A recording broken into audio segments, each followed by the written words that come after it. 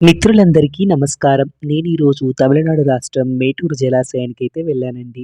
ఈ డ్యామ్‌లో అయితే నీరు ప్రస్తుతం ఫుల్లుగా ఉన్నాయి.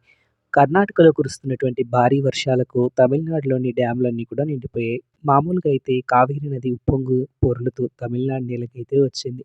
ఈ కావేరి నీటి కోసం తమిళనాడు, కర్ణాటక రాష్ట్రాలు చాలా కాలంగా యుద్ధాలు కూడా చేశాయి. వారి మధ్య జరిగినటువంటి గొడవలు, కన్నడ, తమిళ రైతుల మధ్య జరిగిన పోరాటాలు అన్నీ ఇన్ని కాదు. అవన్నీ మనం చూసాం. అయితే ఇప్పుడు కావేరమ్మ కరుణించింది.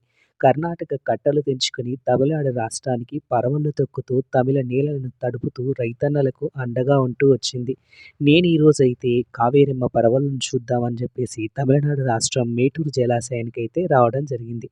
మేటూరు జలాశయం దగ్గరికొచ్చిన తర్వాత ఇక్కడ చేపలు ఫేమస్ కదా! మరి ఇక చేపలు తినాల్సిందే కదా! ఎక్కడైనా కూడా వాటర్ ఫాల్స్ తర్వాత డ్యాముల దగ్గరికి ఎవరైనా వెళ్తే గనక ఖచ్చితంగా అక్కడ చేపలన్నవి ఉంటాయి. చేపలను చాలా ఇష్టంగా తింటారు. రకరకాల చేపలు నేనంతూ చూసుకుంటూ వెళ్తున్నాను. అయితే 2 కళ్ళు చాలట్లేదు చూడ్డానికి. అలాగని మొత్తం అన్నీ కొని తినలేం గదా! నాకు కావాల్సినయి కొంచెం తీసుకున్నాము.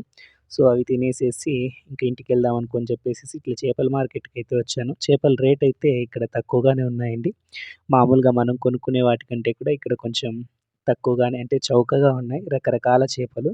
ఇక్కడ చేపలు తీసుకొని తర్వాత అక్కడే వాళ్ళే వంట చేయిస్తారు వాళ్ళకిచ్చామంటే. వాళ్ళకిచ్చినప్పుడు ఇక్కడ సంగటి చేశారండి.